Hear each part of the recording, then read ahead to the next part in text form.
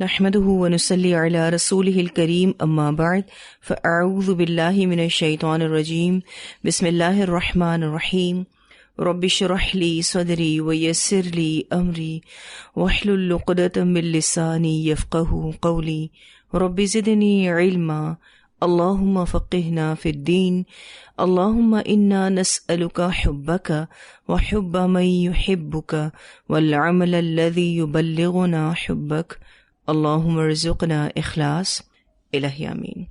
Lesson number 117 سورہ یونس آیت number 71 سے لے کر 109 تک انشاءاللہ۔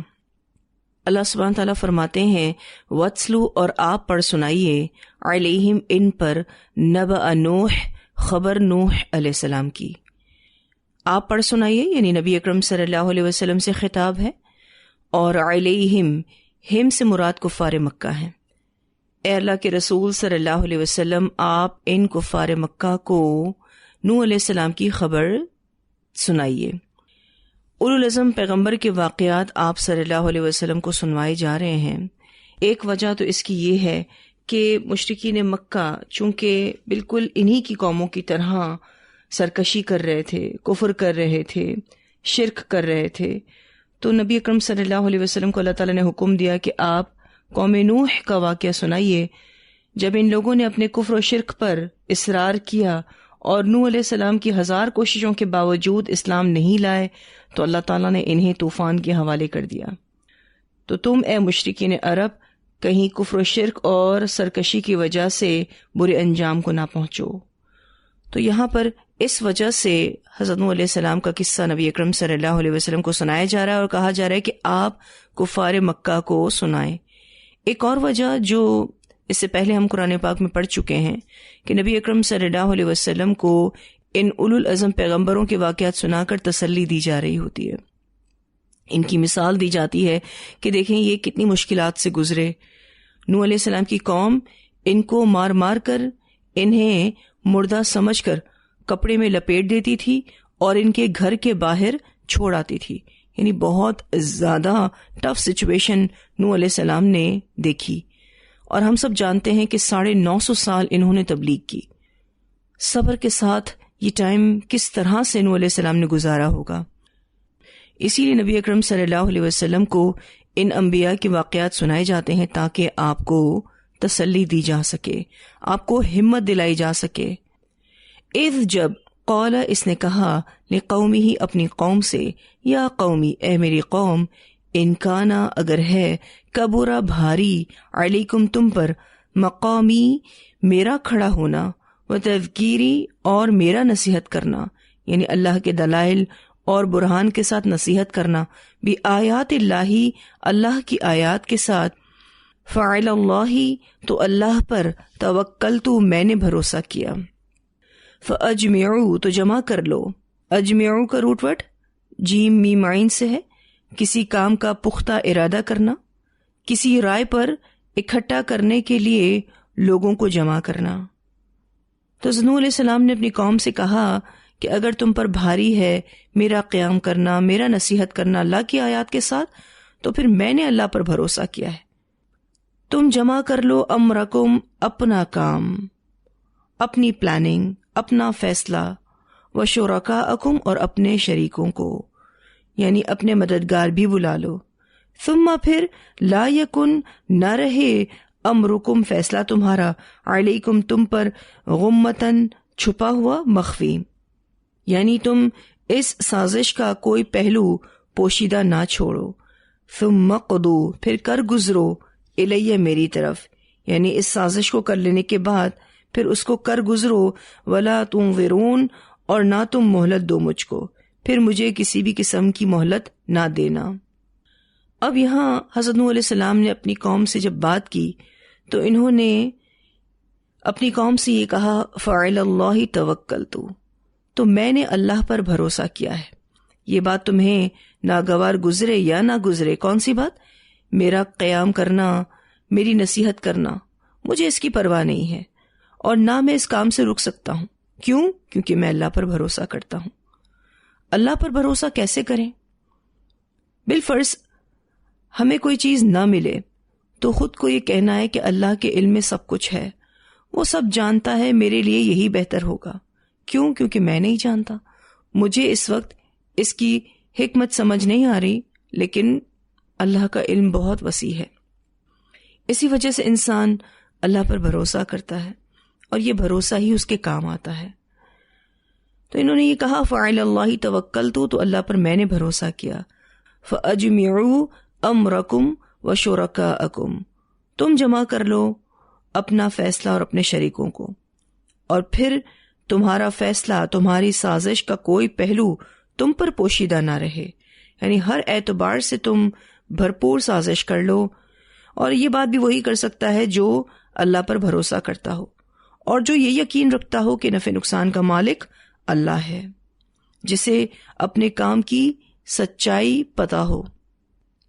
تو جو اپنے کام کی سچائی کو جانتا ہو وہی یہ بات کر سکتا ہے۔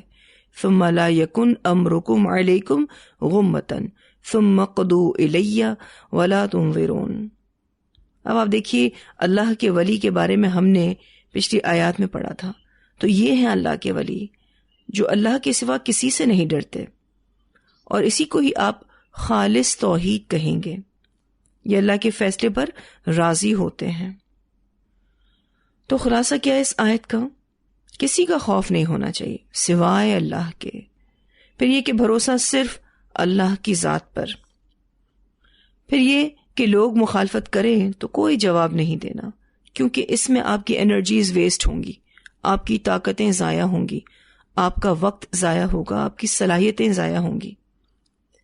پھر ایک اور اہم ترین بات کہ نفع اور نقصان کا مالک اللہ تعالیٰ ہے۔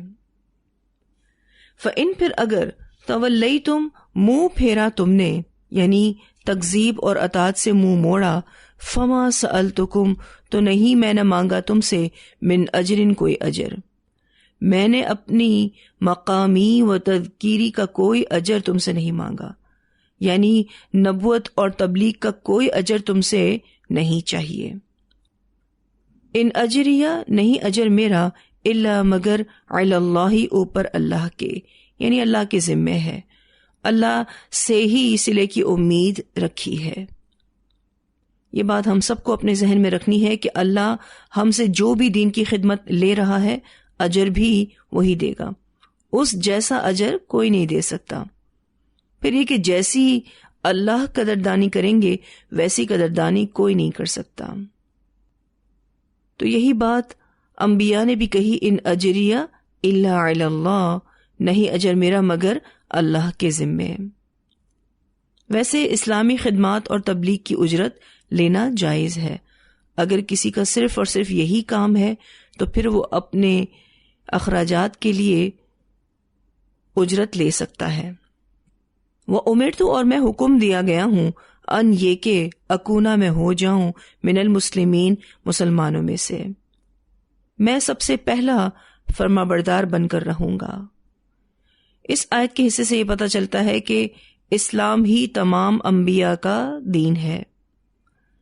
فَكَذَّبُوهُ، تو انہوں نے جھٹلا دیا اس کو، فَنَجَّيْنَاهُ، تو نجات دی ہم نے اس کو، وَمَن مَّعَهُ، اور جو اس کے ساتھ تھے، فِي الْفُلْكِ، کشتی میں۔ تو مجرمین نے حضرت نوح علیہ السلام کو جھٹلا دیا، 950 سال انہوں نے تبلیغ کی، لیکن اس تبلیغ کا کوئی خاطر خواہ نتیجہ نہ نکلا۔ تو اللہ سبحانہ تعالیٰ نے نجات دی حضرت نوح علیہ السلام کو، یعنی طوفان سے بچا لیا، اور جو بھی ان کے ساتھ تھے، یہ 80 کے قریب لوگ تھے، یعنی اللہ تعالیٰ نے ان لوگوں کو بچا لیا جو ان کے دین پر تھے، جو کشتی میں سوار تھے۔ وَجَعَلْنَاهُمْ، اور بنایا ہم نے ان کو، خلائف، جانشین۔ اللہ سبحانہ تعالیٰ نے ان کو جانشین بنایا، یعنی زمین میں ان بچنے والوں کو پچھلے لوگوں کا جانشین بنایا۔ پھر انسانوں کی آئندہ نسل انہی لوگوں کے ساتھ، خاص طور پر نوح علیہ السلام کے 3 بیٹوں کے ساتھ چلی، اس لیے نوح علیہ السلام کو آدم ثانی بھی کہا جاتا ہے۔ تو اللہ سبحانہ تعالیٰ فرماتے ہیں وَجَعَلْنَاهُمْ خَلَائِفَ، اور بنایا ہم نے ان کو جانشین، وَأَغْرَقْنَا الَّذِينَ، اور غرق کر دیا ہم نے ان لوگوں کو جنہوں نے کذبوا جھٹلایا بآیاتنا ہماری آیات کو. باقی ساری قوم کو اللہ تعالیٰ نے غرق کر دیا. ایسا طوفان آیا، اس طوفان میں کوئی مجرم نہ بچا، مجرموں کا بدترین انجام ہوا.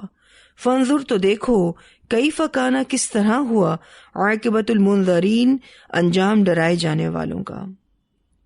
نبی اکرم صلی اللہ علیہ وسلم سے اللہ تعالیٰ فرما رہے ہیں کہ اے محمد صلی اللہ علیہ وسلم دیکھیے کس طرح ہم نے مومنوں کو نجات دی اور مجرموں کو ہلاک کر دیا. یہاں جو المنذرین آیا ہے، منذر کہتے ہیں ڈرائے جانے والے، اور منذر ذال کے نیچے زیر معنی ڈرانے والا. زبر اور زیر کے فرق سے معنی بدل جاتا ہے، اس لیے کتنا زیادہ تجوید پر فوکس کرنے کی ضرورت ہے. ٹھیک ہے جی. تو منذر ڈرائے جانے والے اور منذر ڈرانے والا. ثم پھر بعثنا بھیجا ہم نے من بعدہ اس کے بعد یعنی نوح علیہ السلام کے بعد رسولن کئی رسولوں کو الی قومہم طرف ان کی قوم کے. اللہ سبحانہ تعالیٰ نے بہت سارے رسول حضرت نوح علیہ السلام کے بعد بھیجے، جس میں حضرت ابراہیم ہیں، حضرت صالح ہیں، حضرت لوط ہیں، حضرت شعیب علیہم السلام ہیں، اور بھی بہت سارے رسول آئے. الی قومہم طرف ان کی قوم کے. فجاؤہم تو وہ آئے ان کے پاس بالبینات 7 روشن دلائل کے. جو نبوت کی صداقت کے دلائل تھے وہ لوگوں کے پاس لے کر آئے. فما کانوا تو نہ تھے وہ لیؤمنوا کہ وہ ایمان لاتے، بما بوجہ اس کے کہ کذبوا وہ جھٹلا چکے تھے بھی اس کو من قبل اس سے پہلے. یہ امتیں رسولوں کی دعوت پر ایمان نہیں لائیں محض اس لیے کہ پہل یہ رسول ان کے پاس آئے تو فوراً بغیر غور و فکر کے انہوں نے انکار کر دیا، یا پہلی مرتبہ کا انکار ان کے لیے مستقبل میں حجاب بن گیا. وہ یہی سوچتے رہے کہ ہم پہلے ہی انکار کر چکے ہیں، اب کیا اس کو ماننا. تو وہ لوگ ایسے نہ تھے جس چیز کی پہلے تکذیب کر چکے اس پر ایمان لے آتے. یعنی امتیں اس دین اور شریعت پر ایمان لانے والی نہ تھیں جو ان کے رسول ان کے پاس لائے تھے، اس لیے کہ اس کی اس وقت تکذیب کر چکے تھے جب پہلی مرتبہ اسے ان کے پاس بھیجا گیا تھا. فما كانوا ليؤمنوا بما كذبوا به من قبل كذلك اسی طرح نطبع ہم مہر لگا دیتے ہیں علی قلوب المعتدین دلوں پر حد سے بڑھنے والوں کے. اللہ سبحانہ تعالیٰ ان کے دل پر مہر لگا دیتا ہے. پھر جب اللہ سبحانہ تعالیٰ مہر لگا دے تو کہاں سے یہ ایمان لا سکیں گے. اتنی آیات کی تلاوت سنتے ہیں. وَاتْلُ عَلَيْهِمْ نَبَأَ نُوحٍ إِذْ قَالَ لِقَوْمِهِ يَا قَوْمِ إِن كَانَ كَبُرَ عَلَيْكُمْ مَقَامِي وَتَذْكِيرِي بِآيَاتِ اللَّهِ فَعَلَى اللَّهِ تَوَكَّلْتُ فَأَجْمِعُوا أَمْرَكُمْ وَشُرَكَاءَكُمْ ثُمَّ لَا يَكُنْ أَمْرُكُمْ عَلَيْكُمْ غُمَّةً ثُمَّ قُضُوا إِلَيَّ وَلَا تُنظِرُونَ فَإِن تَوَلَّيْتُمْ فَمَا سَأَلْتُكُمْ مِنْ أَجْرٍ إِنْ أَجْرِيَ إِلَّا عَلَى اللَّهِ وَأُمِرْتُ أَنْ أَكُونَ مِنَ الْمُسْلِمِينَ فَكَذَّبُوهُ فَنَجَّيْنَاهُ وَمَن مَّعَهُ فِي الْفُلْكِ وَجَعَلْنَاهُمْ خَلَائِفَ وَأَغْرَقْنَا الَّذِينَ كَذَّبُوا بِآيَاتِنَا فانظر كيف كان عاقبة المنذرين ثم بعثنا من بعده رسلا إلى قومهم فجاءوهم بالبينات فما كانوا ليؤمنوا بما كذبوا به من قبل كذلك نطبع على قلوب المعتدين